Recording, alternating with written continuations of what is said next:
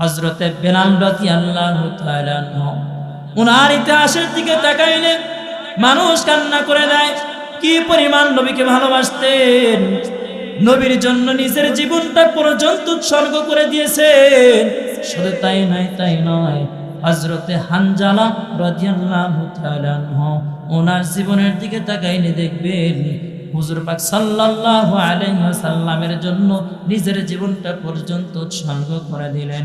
শুধু তাই নয়, হযরতে ওমর রাদিয়াল্লাহু তাআলা আনহু হুজুর পাক সাল্লাল্লাহু আলাইহি ওয়াসাল্লামের কাল্লানি আসার জন্য যাইয়া তার চেহারা মুবারক দেখিয়া নবীর প্রেমে বড় পাগল পারা হইয়া তার হাতের মধ্যে হাত রাইখা ইসলাম ধর্ম গ্রহণ করেছিলেন। যে কথা বলতেছিলাম, হযরতে বেলাল রাদিয়াল্লাহু তাআলা আনহু আফ্রিকার ওইখানের মধ্যে বসবাস করতেন, আফ্রিকার দেশের মধ্যে বসবাস করতেন। হুজুর পাক সাল্লাল্লাহু আলাইহি ওয়াসাল্লামের হাতের মধ্যে হাত রাইখা ইসলাম ধর্ম পরিপূর্ণ গ্রহণ করে ফেললেন। হযরত বেলাল রাদিয়াল্লাহু তাআলা আনহু ইহুদি উমাইয়ার বাড়িতে গোলামি করত, দাসত্ব করত। উমাইয়ার বাড়িতে কাজকর্ম করে করে বেলাল চলাফেরা করত। একদিন হযরতে বেলাল রাদিয়াল্লাহু তাআলা আনহু কাজ করে আর তার জবান দ্বারা আহাদ আহাদ শব্দটা বারবার বের করে দেয়। উমাইয়া দেখতে পেলেন হযরতে বেলাল রাদিয়াল্লাহু তাআলা আনহু তার জবান দ্বারা আহাদ আহাদ শব্দটা উচ্চারণ করে আর কাজ করে। উমাইয়া বেলালকে জিজ্ঞাসা করলেন, এই বেলাল, তুমি কাজ করো আর তোমার জবান দ্বারা কেমন যেন আহাদ আহাদ নামটা উচ্চারণ করো। এই আহাদ নামটা কেন তুমি উচ্চারণ করো আমাকে একটু পরিমাণে জানাও না। হযরতে বেলাল রাদিয়াল্লাহু তাআলা আনহু জানায় দেয়, হে আমার মালিক উমাইয়া, আপনি তো জানেন না এই নামটা আমি কেন উচ্চারণ করি। আমার মালিক হলো আল্লাহ, আমার আল্লাহ হলো এক। আমার মালিকের নাম আমি ভালোবাসি, মহব্বত করিয়া আমার এই মুখের মধ্যে জপতেছি, জবানের মধ্যে জপে। উমাইয়া জানায় দেয়, হে বেলাল, এই জমিনের মধ্যে আমি উমাইয়া না তোমাকে মাইনে দিই, টাকা দিয়ে পয়সা দিয়ে দিই, তোমাকে না আমার এই বাড়ির মধ্যে দাসত্ব করাই। যদি না আমি জপতে হয় তুমি আমার নাম মুখের মধ্যে জপা, কিন্তু না, তুমি কোন আল্লাহর নাম মুখের মধ্যে জপতেছ? এই বেলাল, এইটা কোশ্চিনকালের হতে পারে না। বেলাল জানা দেয়, হে আমার মালিক উমাইয়া, এমন কথা বলবেন না। আমি কোন সাধারণ মালিকের নাম আমার এই জবান দ্বারা জপতেছি না। যিনি আপনার মালিক, যিনি আমার মালিক, যিনি আপনাকে খাওয়ান, যিনি আপনাকে চলাফেরা করাইতেছেন, যিনি আপনাকে সৃষ্টি করেছেন, আমাকেও সৃষ্টি করেছেন, সেই মহান মালিকের নাম আমি বেলাল আমার জবান দ্বারা জপতেছি। উমাইয়ার মাথা বড় গরম হয়ে যায়। এই বেলাল, তুমি তো নাম জপতে পারবা না। দুনিয়ার মধ্যে যদি নাম জপতে হয় তুমি আমার নাম মুখের মধ্যে জপো আর কাজকর্মের মধ্যে লিপ্ত হয়ে যাও। বেলাল বলে, না, আমার জীবন চলিয়া যাবে, তারপরেও আমি আমার আল্লাহর নাম আমার জবান থেকে ছুঁড়ে ফেলবো না। উমাইয়ার মাথা বড় অত্যন্ত পরিমাণে গরম হয়ে গেল। উমাইয়া জানায় দেয়, হে কে আসিস, বেলালকে পাকড়াও করে ফেল। হযরতে বেলাল রাদিয়াল্লাহু তাআলা আনহুকে পাকড়াও করা হয়ে গেল। বেলালের হাত বাঁধা হয়ে গেল, বেলালের পা পর্যন্ত বাঁধা হয়ে গেল। হযরতে বেলাল রাদিয়াল্লাহু তাআলা আনহুকে চাবুক দ্বারা আঘাত করা শুরু করলো। প্রথমবার যখন বেলালকে পিঠের মধ্যে চাবুক দ্বারা আঘাত করালো, বেলালের পিঠের মধ্যে পড়া মাত্রই বেলাল চিৎকার করা শুরু করলেন আর আহাদ আহাদ নামটা আরো উচ্চ স্বরে আওয়াজ দিয়ে বলতে লাগলেন, সুবহানাল্লাহ। উমাইয়ার মাথা বড় গরম হয়ে গেল, চাবুক দ্বারা পিটতে থাকে আর বেলালকে বারবার ডাকতে থাকে, হে বেলাল, এখনো সময় আছে, তুমি আল্লাহর নাম তোমার জবান থেকে ফেলে দাও, ছুঁড়ে ফেলে দাও, তুমি মুহাম্মাদের কালেমা ছেড়ে দাও। আমি তোমাকে নির্যাতন করব না, নিপীড়ন করব না, তোমার মাইনে আমি দ্বিগুণ করে দেব। তোমার অর্থ সম্পদ আমি দুনিয়ার মধ্যে আরো বাড়িয়ে দেব। বেলাল বলে, না না না, হে আমার মালিক উমাইয়া, আমার জীবন চলে যাবে, কিন্তু আমার এই জবান থেকে আমি আমার মালিকের নামটা ছেড়ে ফেলতে পারবো না। উমাইয়া জানা দেয়, হে উতবা সাহেবা মুগীরা, এ তোমরা আসো, বেলালকে এইরকম করে নির্যাতন করলে আল্লাহর নাম ছেড়ে দেবে না, মুহাম্মাদের কালেমাও ছেড়ে দেবে না। এখন কি করতে হবে? এই তোমরা বড় একটা পেরাক নিয়ে আসো, পেরাকটা আগুনের মধ্যে পুরাইয়া যখন লাল রং ধারণ করলো, রূপ ধারণ করলো, বেলালের জিহ্বা বের করিয়া নিষ্ঠুর উমাইয়া ওই বেলালের যখন জিহ্বার মধ্যে গরম পেরাকটা দিয়া দেয়, বেলাল সহ্য করতে পারে না, বেলাল কান্নাও করতে পারে না, কান্না করতে করতে জমিনের মধ্যে বেহুশ হয়ে পড়ে যায়। তারপরে উমাইয়ার দিলের মধ্যে একটু পরিমাণে মায়াও হয় না, উমাইয়ার দিলের মধ্যে একটু পরিমাণে মোহাব্বত জাগে না। বেলাল কান্না করে, আর তারপরেও আমার মালিকের নাম মুখ দ্বারা জপতে থাকে। উমাইয়া সহ্য করতে পারে না। উমাইয়া জানা দেয়, বেলালকে এইরকম করিয়া মারলে হবে না, হবে না। বেলালকে তেয়াসি করার মাধ্যমে বেলালকে নিষ্ঠুরভাবে আমরা নির্যাতন করব। এই উতবা, তেয়াসি একটি ঘোড়া আমার এই দরবারের মধ্যে উপস্থাপন করো। উতবা একটি তেয়াসি ঘোড়া তার দরবারের মধ্যে উপস্থাপন করো না। হযরত বেলাল রাদিয়াল্লাহু তাআলা আনহুকে অত্যন্ত পরিমাণ গরম বালির মধ্যে শোয়াইয়া হযরত বেলাল রাদিয়াল্লাহু তাআলা আনহুকে ঘোড়ার সঙ্গে বাঁধিয়া তেয়াসি ঘোড়াটার পিছে যখন বারবার চাবুক মারা শুরু করলো, ঘোড়াটা যাইতে যাইতে বেলাল রাদিয়াল্লাহু তাআলা আনহু তার পিঠ থেকে রক্ত প্রবাহিত হয়। এমত অবস্থার মধ্যে আবু বকর রাদিয়াল্লাহু তাআলা আনহু রাস্তা দিয়ে পথ অতিক্রম করে হাঁটতেছেন, সামনের দিকে রওনা। আবু বকর তাকায় দেখে বেলালকে এরকম করিয়া নির্যাতন করে। আবু বকর বেলালের এইরকম নির্যাতন দেখে সহ্য করতে পারে না। আবু বকর চোখ দিয়ে তারা টপ টপ করে পানি পড়া শুরু করলো। আবু বকর কান্না করে আর উমাইয়ার কাছে প্রস্তাব দিয়ে জানিয়ে দেয়, হে উমাইয়া, আমি তোমার কাছে প্রস্তাব প্রেরণ করলাম, বেলালকে তোমার কাছ থেকে আমি কিনে নিতে চাই, ক্রয় করতে চাই, বেলালকে তোমার কাছ থেকে আমি আজাদ করতে চাই। কত টাকার বিনিময় তুমি বেলালকে আমাকে আজাদ করে দিবা? উমাইয়া একটা টাকার আমন বলে দিল। হযরত আবু বকর রাদিয়াল্লাহু তাআলা আনহু জানা দেয়, আমার সর্বস্ব বিক্রি করে হলেও আজকে বেলালকে আমি এখান থেকে মুক্ত করে নিয়ে যাব। হযরতে বেলাল রাদিয়াল্লাহু তাআলা আনহু উমাইয়ার কাছ থেকে মুক্ত করিয়া হুজুর পাক সাল্লাল্লাহু আলাইহি ওয়াসাল্লামের দরবারের মধ্যে চলে গেলেন। হুজুর পাক সাল্লাল্লাহু আলাইহি ওয়াসাল্লামকে জানা দেয়, হে নবী আমার, এই বেলালকে অত্যন্ত পরিমাণ নির্যাতন করেছে, অত্যন্ত পরিমাণ কষ্ট দিয়ে দিনে ফেরন নির্যাতন করেছে। আমি আবু বকর এমন দৃশ্য দেখিয়া সহ্য করতে পারি নাই। হে নবী আমার, আপনার জন্য বেলাল তো বড় পাগল পারা, আপনার মহব্বত অন্তরের মধ্যে নিয়ে নিয়ে বেলাল অত্যন্ত পরিমাণ নির্যাতন সহ্য করে আসছিল। হে নবী আমার, আমি আপনার কাছে আসলাম, বেলালকে আপনার হাতের মধ্যে উঠায় দিলাম, আপনার যা ভালো হয় আপনি বেলালকে করেন। নবী আমার বেলালের পিঠের দিকে তাকায়, আবার মুখের দিকে তাকায়, বেলালের পিঠের দিকে তাকাইয়া নবী আমার অজরে কান্না শুরু করলেন। নবীজির চোখ দিয়ে টপ টপ করে পানি পড়া শুরু করলো। নবী আমার জানা দেয়, বেলালকে আমি আমার মুয়াজ্জিন হিসাবে গ্রহণ করে নিলাম। সুবহানাল্লাহ।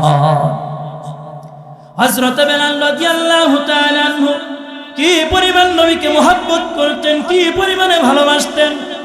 এত পরিমাণ নির্যাতন করার পরেও বেলাল কালেমা ছাড়ে নাই, আল্লাহর নাম মুখ থেকে বাদ দেয় নাই। এর নবীর উম্মতের দল, আজকে আমি আপনি কিন্তু সেই নবীর উম্মত। বেলাল কি পরিমাণ কষ্ট নির্যাতন করলো, আমার আপনার ওই পরিমাণ মারও খাওয়া লাগে না, ওই পরিমাণ কষ্ট নির্যাতন সহ্য পর্যন্ত করা লাগে না, তারপরেও আমি আপনার পর্যন্ত খাঁটি নবীর উম্মত হয়ে উঠতে পারি নাই। আমার আপনার নবীর আদর্শ কেমন ছিল, আজকে আমার আপনার আদর্শটা কেমন? যার 63 বছরের জিন্দেগির মধ্যে শস্যার দানা পরিমাণ কোনো গুনাহ ছিল না, আজকে আমি আপনি তার উম্মত হওয়া সত্ত্বেও পরিপূর্ণ উম্মত হয়ে উঠতে পারি নাই। হযরত বিলাল রাদিয়াল্লাহু তাআলা আনহু মসজিদের মাইকে গিয়ে আযান দেয়, হাইয়া আলাল ফালাহ, হাইয়া আলাল ফালাহ, তোমরা কল্যাণের দিকে আসো। কিন্তু এই দিন হযরত বিলাল হাইয়া আলাল ফালাহ বলে ডাক দেয় না। নবীর আদান হয়ে গেল, হে বিলাল, আজকে তুমি মসজিদের মধ্যে দাঁড়াইয়া তুমি আজকে বলবা হাইয়া আলাল জিহাদ। হযরত বিলাল রাদিয়াল্লাহু তাআলা আনহু এলান করে জানাইলেন, হাইয়া আলাল জিহাদ। এই কথাটা যখন মসজিদে নববীর পাশে এক মহিলা ঘরের মধ্যে বসবাস করে, যখন কানের মধ্যে আওয়াজটা চলে যায়, মহিলা জোরে কান্না করা শুরু করালেন। ওই মহিলার কোলের মধ্যে 7 বছরের একটা বাচ্চা সন্তান ছিল। মহিলার কান্না দেখিয়া যখন চোখের পানি ধীরে ধীরে টপ টপ করিয়া ওই 7 বছরের মাসুম সন্তানের উপরে পড়ে যায়, মাসুম সন্তান সঙ্গে সঙ্গে উঠিয়া তার মাকে প্রশ্ন করা শুরু করলো, হে আম্মা জান, আপনি কেন এই পরিমাণে কান্না করেন? আপনি কেন এই সময়ের মধ্যে আপনার চোখের মধ্যে পানি দেখতে পাই? আমি তো মেনে নিতে পারবো না। আপনি কেন কান্না করেন? আপনি আমাকে একটু পরিমাণে জানান না। জনম দুঃখিনী মা জানা দেয়, হে সন্তান আমার, আমি মা তোমাকে আর কি বলবো? গত 6 মাস আগে এই বেলাল মসজিদের মাইক দিয়ে বলেছিল হাইয়া আলাল জিহাদ। তখন তোমার আব্বাজান আমার সঙ্গে ঘরের মধ্যে অবস্থায় শোয়া ছিল, কিন্তু তখন তোমার আব্বাজান উঠে আমাকে জানাইলো, হে বিবি আমার, আজকে আমি আমার নবীর ডাকে সাড়া দিয়া দিব, আমি ওই জিহাদের ময়দানের মধ্যে চলে যাব। তোমার আব্বাজান সেই যে গিয়েছিল, আজ পর্যন্ত তোমার আব্বা ঘরে ফিরে আসে না। আমি এইটা ভেবে কান্না করি না, আমি এইটা মনে করে কোনো প্রকার কান্না আনি নাই। আমি আজকে তো এইটা ভেবে কান্না করি, আজকেও তো বেলাল সে একই রূপভাবে হাইয়া আলাল জিহাদের ডাকটা দিয়া দিল, কিন্তু আজকে আমি কাকে পাঠাবো? যুদ্ধে যাওয়ার মতো উপযুক্ত কোনো সন্তান আমার কাছে নাই, আমার স্বামীও নাই। আজকে আমি যুদ্ধে কাকে পাঠাবো? আজকে আমি নবীর ডাকে কার মাধ্যমে সাড়া দেব? হে সন্তান আমার, আমি এটা ভেবেই তো কান্না করি। 7 বছরের মাসুম সন্তান মায়ের চোখের পানি মেনে নিতে পারে না। এরে আল্লাহর বান্দারা, আমরা যারা প্রাপ্তবয়স্ক এইখানের মধ্যে বসে রইলাম, আপনারাও যদি আপনাদের মায়ের চোখের পানি দেখতে পাই বাড়ি যাওয়ার পরে, আমি আপনি কিন্তু সহ্য করতে পারবো না। হে আমার মা, আপনি কেন এই পরিমাণ কান্না করেন? আপনি কেন এই পরিমাণে কান্না করেন? এই মা, আপনি যদি চান আমি আসমান থেকে তারা পর্যন্ত নামিয়ে দেব, তারপর আমি আপনার চোখের পানি সহ্য করতে পারবো না। দুনিয়ার মধ্যে অনেক সন্তান রয়েছে যারা মায়ের জন্য বড় পাগল করা হয়ে যায়। অনেক সন্তান রয়েছে, এমন সন্তান এই জমিনের মধ্যে রয়েছে যারা বলে, হে মা, জমিনের মধ্যে তুমি যদি আমার বাড়ির মধ্যে থাকো, আমি সন্তান এই বাড়ির মধ্যে আর থাকবো না। এমন সন্তান দেখা যায়, তারা বলে, হে মা, তুমি যদি বাড়ির মধ্যে না থাকো, আমি সন্তান কোশ্চিনকালে বাড়ির মধ্যে থাকবো না।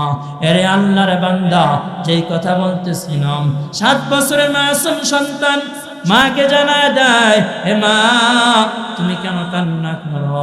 আমাকে একটু পরিমাণে জানাও না। তার মা কান্না করতে করতে বলতে লাগলেন, 7 বছরের সন্তান জানায় দেয়, আজকে বেলালের ডাকে আজকে আমার বাবা নাই, আজকে আমার কোনো ভাই নাই, তবে হ্যাঁ, আপনাকে খুশি করার জন্য আমার মদিনাওয়ালার নবীর প্রেম অন্তরের মধ্যে নিয়ে আজকে আমি ওই যুদ্ধের ময়দানে ইনশাআল্লাহ যাব। সুবহানাল্লাহ। এর আল্লাহর বান্দা, 7 বছরের মাসুম সন্তান, 7 বছরের শিশু বাচ্চা এই বাচ্চার মুখের মধ্যে যদি এমন কথা আল্লাহ তাআলা বের করে দেয়, নবীর ইশক, নবীর প্রেম, নবীকে এত পরিমাণে যদি মহব্বত করে থাকে, মাকে যত পরিমাণে ভালোবাসতে পারে, আমি আপনি কেন পারবো না? 7 বছরের সন্তান জানা দেয়, ও মা আজকে তুমি আমাকে বিদায় দাও না, ও মা তোমার কোলের মধ্যে আমাকে একটু পরিমাণে উঠাইয়া মসজিদে নববী পর্যন্ত নিয়ে যাও। এইবার মা কি করলেন? কলিজার টুকরা সন্তানকে কোলের মধ্যে উঠাইয়া মা যাইতে যাইতে মসজিদে নববী পর্যন্ত যখন চলে যায়, বৃদ্ধা মহিলা দেখতে পারলেন আজকে যারা যুদ্ধের ময়দানে যাবে প্রত্যেক জনের নাম হুজুর পাক সাল্লাল্লাহু আলাইহি ওয়াসাল্লাম লিস্ট করতেছেন। এইবার বৃদ্ধা মহিলা পিছনের লাইনের মধ্যে গিয়ে দাঁড়াইলেন। সাহাবে কিরামদের মধ্যে কথাবাকথন শুরু হয়ে গেল, বাদ বিতঙ্গ শুরু হয়ে গেল। এই মহিলা তুমি কেন আজকে এই ময়দানের মধ্যে আসলা? তুমি কেন আজকে লাইনের মধ্যে দাঁড়ায় গেল? না না, আজকে কোন মহিলাকে যুদ্ধের ময়দানে নেওয়া হবে না, হবে না। এই মহিলা যাও যাও, তুমি বাড়ি ফিরে যাও, তোমাকে যুদ্ধের ময়দানে নেওয়া হবে না। বৃদ্ধা মহিলা জানা দেয়, হে ভাই আমার, আমি যুদ্ধে যাব না, যাব না, যাব না। আজকে যুদ্ধের ময়দানে যাবে আমার এই কোলের 7 বছরের মাসুম সন্তান। সাহাবে কিরামরা হতভম্ব হয়ে গেলেন। এই মহিলা কি বলে দেখো না, তোমরা দেখো না, মাত্র 7 বছরের সন্তান। এই 7 বছরের সন্তান কেমন করে যুদ্ধ করবে, জিহাদ করবে? এই 7 বছরের সন্তানটা তো তরবারি পর্যন্ত ধরতে পারবে না। এই 7 বছরের সন্তান কাফেরদের সঙ্গে মোকাবেলা পর্যন্ত করতে পারবে না। এই মহিলা যাও, তোমার বাড়ি ফিরে যাও। এমত অবস্থার মধ্যে হুজুর পাক সাল্লাল্লাহু আলাইহি ওয়াসাল্লাম মসজিদ নববী থেকে ডাকা শুরু করলেন, এই মহিলা তুমি তাদের সঙ্গে কেন বাতবিতণ্ডার মধ্যে জড়া গেল? বৃদ্ধা মহিলা জানা দেয়, হে নবী আমার, আমি আপনার কাছে আসলাম আমার এই মাসুম সন্তানটাকে আপনার সঙ্গে যুদ্ধের ময়দানে পাঠানোর জন্য। হুজুর পাক সাল্লাল্লাহু আলাইহি ওয়াসাল্লাম এই কথা শোনার পরে আশ্চর্য হয়ে পড়লেন। এই মহিলা তুমি কি বলছো? তুমি কি ভেবে বলছো কিনা? এই 7 বছরের সন্তান কেমন করে করে যুদ্ধের ময়দানের মধ্যে যাবে? এই সন্তানটা তো তরবারি পর্যন্ত লড়াইতে পারবে না, তরবারি ধরতেও পারবে না। কাফেরদের সঙ্গে এই সন্তান কেমন করে মোকাবেলা করবে? ওনার মা জানা দেয়, হে নবী আমার, গত 6 মাস আগে আপনি যখন যুদ্ধের ময়দানে যাওয়ার জন্য আওয়াজ দিয়ে দিলেন, তখন আমার স্বামী দুনিয়ার মধ্যে ছিল, আমার স্বামীকে আপনার ডাকে সাড়া দেওয়াইছিলাম। কিন্তু আজকে আমার ঘরের মধ্যে, আমার পরিবারের মধ্যে যুদ্ধে যাওয়ার মতো কোনো উপযুক্ত সন্তান নাই। তবে হ্যাঁ, আমার এই কলিজার টুকরা সন্তানকে আপনার সঙ্গে আমি ওই জিহাদের ময়দানে পাঠাইতে চাই।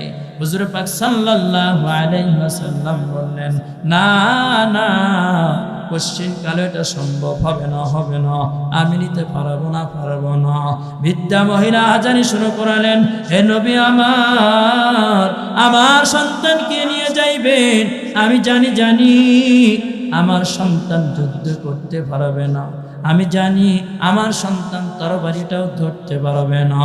তবে হ্যাঁ, আমার সন্তানকে আপনি কোলের মধ্যে উঠায়া, কাফের বেঈমান মুশরিকরা আপনাকে যখন আক্রমণ করবে, ডান দিক থেকে যখন আক্রমণ করবে, আপনি ডান দিকে আমার সন্তানটাকে এরকম করে তুলে ধরবেন যেন আমার সন্তানটার বুকের মধ্যে থিরে লাগে, খারখার হয়ে যায়, আমার সন্তানের বুকটা ঝাড়ঝাড় হয়ে যায়। যখন বাম দিক থেকে কাফের বেঈমান মুশরিকেরা আপনাকে তীরে নিক্ষেপ করবে, আমার সন্তানটাকে আপনি বাম দিক থেকে তুলে ধরবেন। ও নবী আমার, আপনাকে যখন সামনে দিকে তীর মারবে, আমার সন্তানটাকে আপনি সামনে দিক থেকে তুলে ধরবেন, আমি আমার সন্তানটাকে শহীদ বানাইতে চাই। নবী বললেন, না না না, এই মহিলা ভালো করে শুনিয়া নাও, কোশ্চিন কালে এটা সম্ভব হবে না, হবে না, আমি কোশ্চিন কালে এটা করতে পারবো না, পারবো না। এইবার আল্লাহর বান্দা, এইবার আল্লাহর বান্দি, এইবার সন্তানটাকে নিয়ে এইবার যখন বাড়ির দিকে রওনা করলেন, বাড়িতে যাওয়া শুরু করলেন, কিছুক্ষণ যাওয়ার পর মাসুম সন্তান মায়ের কোল থেকে নামিয়া মাকে জানায় দিলেন, ও গো আমার মা, তোমার কাছে আমি জানাই, তোমার কাছ থেকে আমি বিদায় নিয়ে নেব, আমি হুজুর পাক সাল্লাল্লাহু আলাইহি ওয়াসাল্লামের দরবারের মধ্যে আবারও চলে যাব। আমি হুজুরকে যাইয়া আহাজারি করব, নাজারি করব, যেন আমাকে সুন্দর করে করে যুদ্ধের ময়দানে নিয়ে যায়। মা যখন সন্তানটাকে বিদায় দিয়া দিলেন, হুজুর পাক সাল্লাল্লাহু আলাইহি ওয়াসাল্লামের দরবার পর্যন্ত চলে যায়। এইবার মাসুম সন্তানটাকে হুজুর দেখে অবাক হয়ে গেল। নবী আমার জানা দেয়, হে মাসুম সন্তান, আমি না তোমাকে বললাম যুদ্ধের ময়দানে তোমার যাওয়া হবে না, তোমাকে যুদ্ধের ময়দানে যাওয়ার কোনো পারমিশন আমি দিতে পারবো না, তুমি তারপরেও কেন এই খানের মধ্যে আসছো? সন্তান জানা দেয়, হে নবী আমার, আমি আমার মাকে দেখেছি, আমার মা যখন বড় বড় লাকড়ি আগে দেয় না, ছোট লাকড়ি আগে ছোট লাকড়ির মাধ্যমে আগুন ধরায় নেয়। নবী আমার তেমনি ভাবে আজকের যুদ্ধের ময়দানের দামাটামা এইরকম করে বেজে যাবে। আমি আমাকে সামনে দিয়ে আমার মাধ্যমে আপনি যুদ্ধ শুরু করে দেবেন। এমত অবস্থার মধ্যে আল্লাহ রাব্বুল আলামিন আসমান থেকে হযরতে জিবরাইল আমিনকে আল্লাহ নবীর দরবারে প্রেরণ করলেন। হে নবী আমার, আজকে আপনি যুদ্ধে যাওয়ার জন্য যাদের নামের লিস্টিটা করলেন, আমি আল্লাহ রাব্বুল আলামিনও যারা শহীদ হবে শহীদদের প্রথমে ওই 7 বছরের বাচ্চার নামটা লিখে দিলাম। সুবহানাল্লাহ। আতিনা ফি দার দুনিয়া না হাসানাতিনা ফি দার উকবানা হাসান ইয়া গিয়াসান মুস্তাগীসিন ইহদিনা লিফতিকারা বিল উলুমি ওয়াল গিনা। 7 বছরের মাসুম সন্তান কি বুঝতেন? দুনিয়ার ধ্যান খেল তার কি পরিমাণ ছিল? যেই বয়সে মায়ের কোলে থাকার কথা ছিল, যেই বয়সে দুনিয়া নিয়ে পড়ে থাকার কথা ছিল, খেলাধুলার বয়স ছিল, ওই বয়সে আমার আপনার নবীর জন্য 7 বছরের সন্তান বড় পাগল পারা হয়ে গেল, মায়ের জন্য বড় পাগল পারা হয়ে গেল। আজকে আমি আপনি সেই নবীর উম্মত হওয়া সত্ত্বেও আজকে আমি আপনি নামাজ পড়ি না, আজকে আমি আপনি সেই নবীর আদর্শের উপর জীবনযাপন করতে পারি না। হযরতে হানজালার দিকে একটাবার যদি আমরা লক্ষ্য করে দেখি, হযরতে হানজালা রাদিয়াল্লাহু তাআলা আনহু নবীর জন্য বড় পাগল পারা ছিল, আশিক রাসূল ছিল। আজকে আমরাও সেই নবীর উম্মত হওয়া সত্ত্বেও তাদের মতো ঈমান কিন্তু আমি আপনি আনতে পারিনি। হযরতে হানজালা রাদিয়াল্লাহু তাআলা আনহু হুজুর পাক সাল্লাল্লাহু আলাইহি ওয়াসাল্লাম রুখসত দিয়েছিলেন যে, হানজালা, আজকে তো তোমার বাসর রাত, বিবাহের প্রথম দিন, তোমাকে আমি রুখসত দিয়ে দিলাম, তুমি যাও, চলে যাও, তুমি বাসর রাত উদযাপন করো। হযরতে হানজালা রাদিয়াল্লাহু তাআলা হুজুর পাক সাল্লাল্লাহু আলাইহি ওয়াসাল্লামের রুখসত পাইয়া বাসর রাত উদযাপন করলেন। যখন রাত্রি শেষ হয়ে গেল, সুবহে সাদিকের সময়, এমত সময়ের মধ্যে কে যেন আওয়াজ দিয়ে দিল, কুতিলা মুহাম্মদ, নবী দুনিয়াতে নাই, আমার আপনার নবী দুনিয়ার মধ্যে নাই।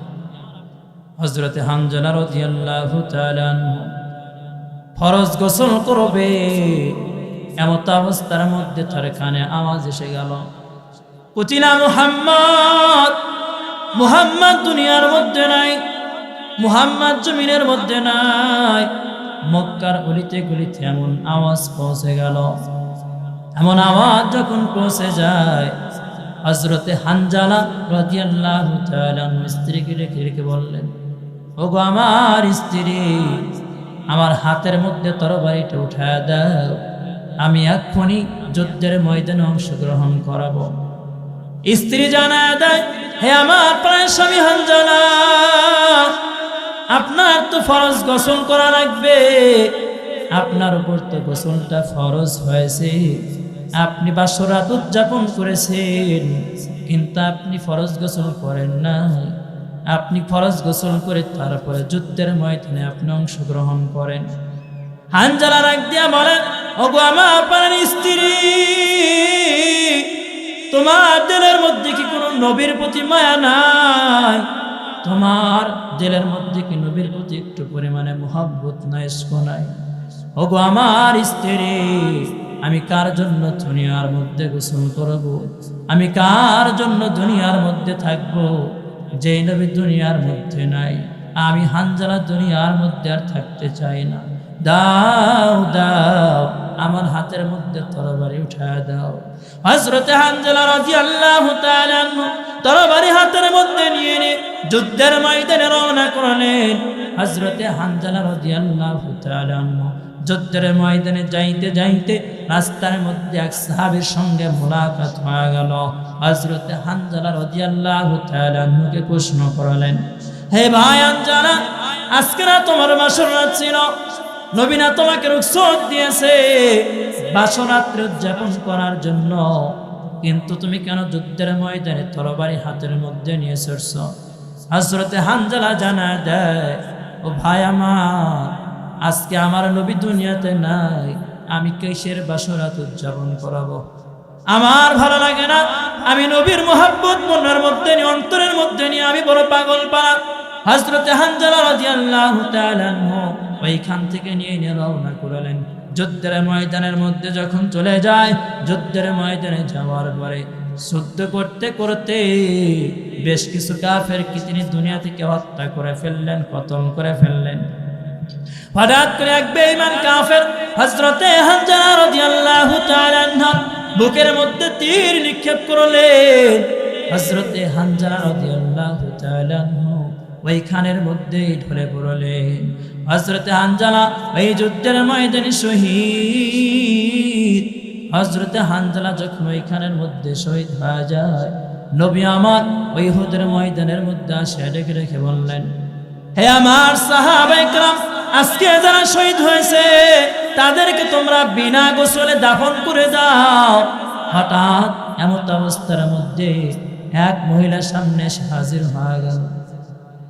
মহিলা জানায় দেয়, হে নবী আমার, আজকে আপনি সবাইকে যদি বিনা গোসলে দাফন করেন, কিন্তু আমার একটা আবদার রয়েছে, আমার স্বামীটাকে আপনি বিনা গোসলে দাফন করতে পারবেন না। আমার স্বামীর উপর তো ফরজ গোসল হয়েছিল, কিন্তু ফরজ গোসল না করিয়া আপনার ডাকে সাড়া দিয়েছে। আমার স্বামীর নাম হলো হানজালা। কান্দিয়া বে কোলরে হানজালা শহীদ রে, হলি যাসি রিসে সেই জঙ্গে ওহদে, হলি যাসি রিসে সেই জঙ্গে ওহদে। নবীর এক সাহাবী ছিলেন হানজালা নামেতে, তিনি শহীদ হয়েছিলেন বিবাহের রাত রিতের গিয়ে জঙ্গে ওহদে। কান্দিয়া বে কোলরে হানজালা শহীদ রে, হলি যাসি রিসে সেই জঙ্গে ওহদে।